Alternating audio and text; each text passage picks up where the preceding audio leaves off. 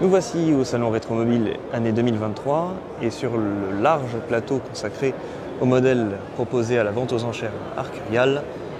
C'est cette Ferrari 250 LM de 1964 qui trône parce qu'elle a le potentiel d'être un modèle extrêmement rare. C'est la seule aujourd'hui des 250 LM carrossées par Pininfarina à être restée dans son jus, dans sa carrosserie d'origine, parce qu'elle n'a jamais couru. La seule fois où elle a été engagée, elle aurait dû courir, c'était aux 24 heures de Daytona en 66.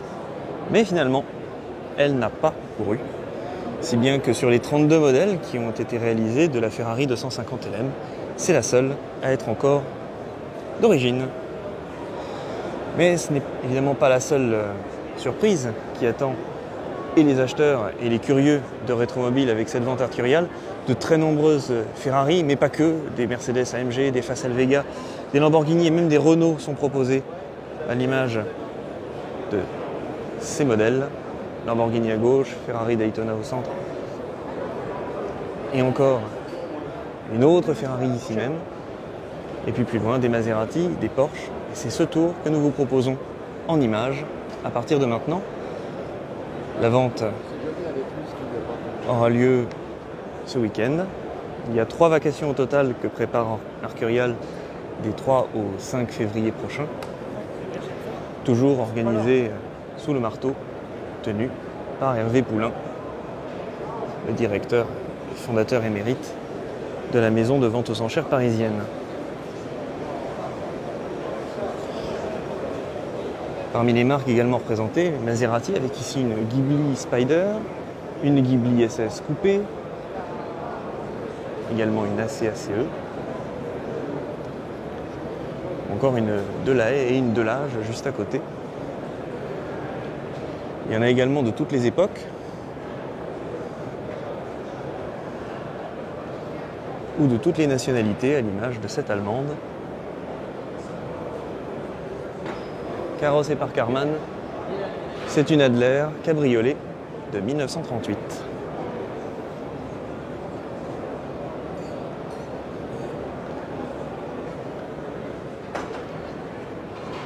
Une marque pas encore disparue puisqu'elle renaît régulièrement, Hispano-Suiza, avec ici une Junior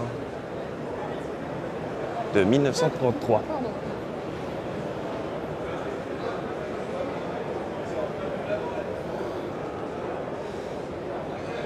Les célèbres fans de l'espion anglais verront double, puisqu'il y a 2 DB5 proposés à la vente. En réalité, c'est une DB4 série 2, excusez-nous.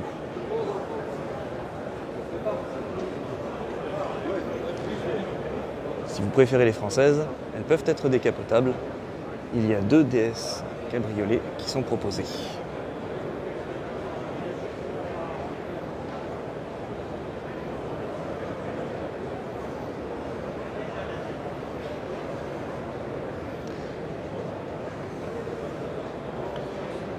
Vous ne voyez plus double, vous voyez triple avec 3 911 alignés l'une à côté de l'autre. Et un peu plus loin, une très rare Rolls-Royce Corniche, une des toutes dernières avant le rachat par BMW. La scission a été définitivement actée en 2003. Et elle a du mal à rentrer dans le cadre.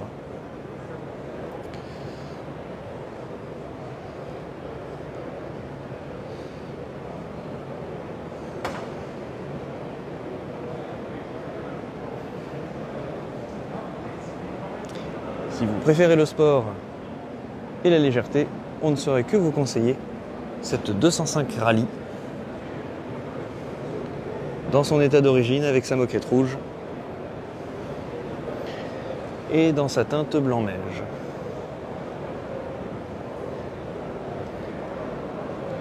Le grand chic, ça serait de venir troquer un petit peu contre cette XJS, car la XJS commence enfin à intéresser les collectionneurs. Et il faut avouer qu'ici, en beige, elle est particulièrement réussie. Encore un bel alignement qui mélange Porsche et Zagato. Et nous voici du côté des françaises un peu plus populaires. Oui, oui, il y a bien une GS et une 2 chevaux à la vente arcuriale. La GS, par ailleurs, collectionne les vignettes et date de 1983. C'est une GSA évaluée jusqu'à 20 000 €. Tandis qu'un peu plus loin, là où sera donnée la vente, et non plus au rez-de-chaussée du hall 2, vous avez une très ancienne coccinelle de 1952.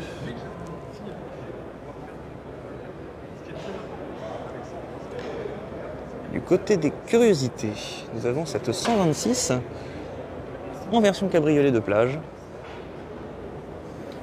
Alors ça n'a pas le charme bien sûr des autos Bianchi Spiagina, mais c'est quand même proposé entre 8 et 15 000 €. Et puis l'une des 600 et quelques de chevaux Sahara est proposée à la vente avec des pneus bien épais, avec un pare-choc qui protège le carter, mais ça reste quand même une des 2 chevaux les plus recherchées. Elle pourrait aller jusqu'à plus de 100 000 €. Il y a aussi des carrosseries bien voyantes, ainsi de ce Woody, qui ne s'appelle pas Allen, ou un peu plus loin, d'un Discovery, paré de ses couleurs du Camel Trophy.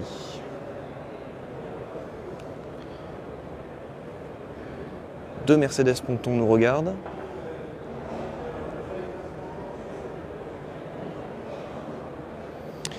Et c'est peut-être la plus ancienne de la vente qui est ici, qui est une voiture hippomobile de 1880. Un omnibus Félix Barrère.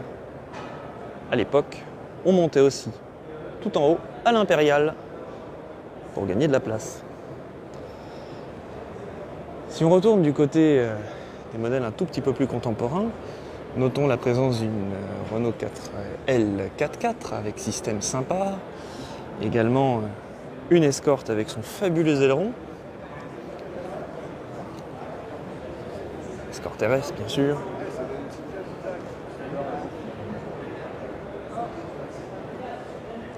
côté d'une Rover P6, c'est une Lancia Fulvia Sport carrossée par Zagato.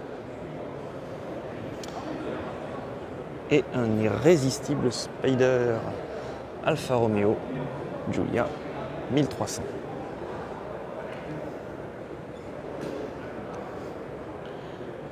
Du côté des Automobilia, vous pourrez vous laisser tenter par un écorché avec un véritable moteur d'une Ferrari 250 California, des pièces de carrosserie de F40, beaucoup de pièces de Bugatti sont annoncées également, ainsi que le nez d'une Formule 1 Ferrari. C'est une F310 de la saison 96 de Michael Schumacher. La première qu'il a courue sous les couleurs de Ferrari. Il y a également un très beau moteur. Même la palette est grise pour l'occasion. Et de nombreuses miniatures, qu'on ne peut plus vraiment appeler miniatures, mais plutôt maquettes, au 1/5 et au 1/4, à l'image de cette 599 GTB. Vous aurez également une épure de Concorde,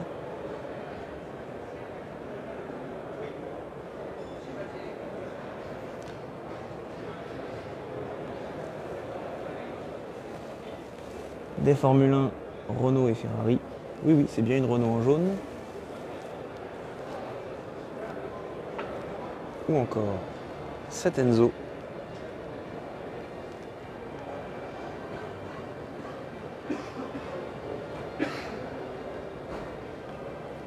Et une épure de Spider 905 Peugeot.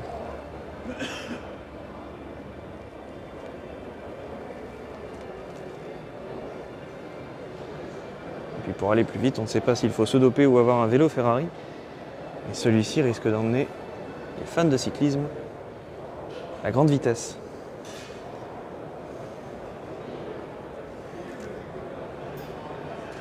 Dirigeons-nous maintenant vers les modèles Renault, car Renault a confié à Arcurial le soin de disperser certains des modèles de sa collection afin de la faire vivre, de supprimer les doublons ou tout simplement d'engranger un peu de sous. Et c'est donc l'une des deux Rena Stella qui est mise à la vente. Oui, c'est bien Rena Stella, hein, son nom est écrit sur le côté. Et c'était un concept car qui avait été exposé en 2 exemplaires à Euro Disney pour l'inauguration du parc d'attractions et qui avait été imaginé comme une soucoupe de l'an 2300. Et pourquoi pas? D'ailleurs, notez que la description indique bien ne sortira que dans 305 ans. Une véritable étude de style pur sucre qui est donc proposée. Alors on ne sait pas exactement comment évaluer un tel modèle. On le sait davantage pour l'espace qui est juste à côté, car bien qu'il soit diesel, il est dans un état plus neuf que neuf, et ça, c'est de plus en plus rare pour les espaces de première génération. Également très rare, cette Renault 4L plein air, car les plein air ont été très peu fabriqués. Et puis la 25 Baccarat que vous avez juste derrière, elle, totalise très peu de kilomètres. Ce qui la rend tout aussi intéressante.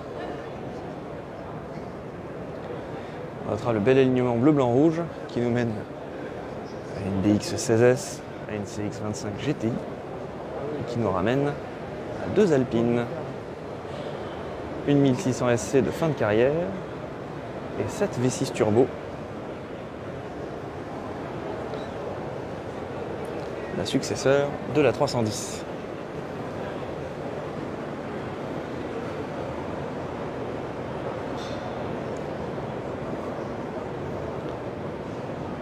C'est rare une Ferrari en bleu marine, voici une Dino 246 GT.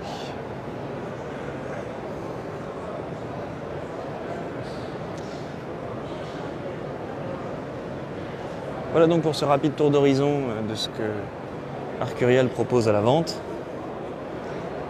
Il faut un certain budget, mais il y a quand même moyen d'atteindre certains modèles assez aisément, assez facilement. Les Youngtimers ainsi sont rarement au-delà des 10 000 €. Je vous promettais une deuxième DS cabriolet, la voici.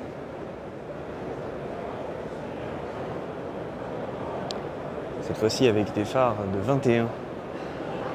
Très rare également, on ne peut plus parler de concept car il y a eu une production, même infinitésimale, cette de Tomaso Guara Spider. Juste à côté d'une autre de Tomaso, Longchamp celle-ci.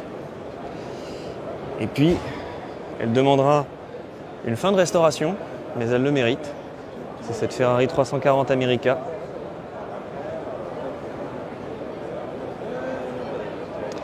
Mais on va d'abord aller voir ce qu'il se passe derrière. Avec des pièces de Bugatti originelles, ça c'est ce que je vous avais expliqué tout à l'heure. Parmi les automobilia, vous aurez ces pièces de Bugatti d'origine. Notez la fonderie du moteur, 8 cylindres. Toujours aussi exceptionnel quand on parle de Bugatti. Et un peu plus loin, il y a cette espèce de tank que je n'arrive pas forcément à découvrir. C'est une Rohr Taselwurm coupée, nous dit la description. Un modèle allemand prototype. Et nous sommes ici dans l'antre des Facel Vega, avec des Facelia, des Facel 2, mais surtout une Facel Excellence, la berline, imaginée par Jean Daninos, qui n'avait rien à envier au Lincoln Continental. Elle est ici dans un très bon état.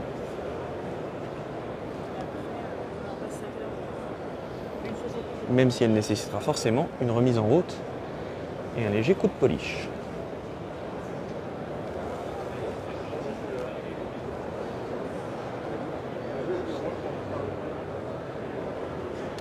On va donc pouvoir conclure avec la Ferrari 340 America dont nous vous parlions tout à l'heure.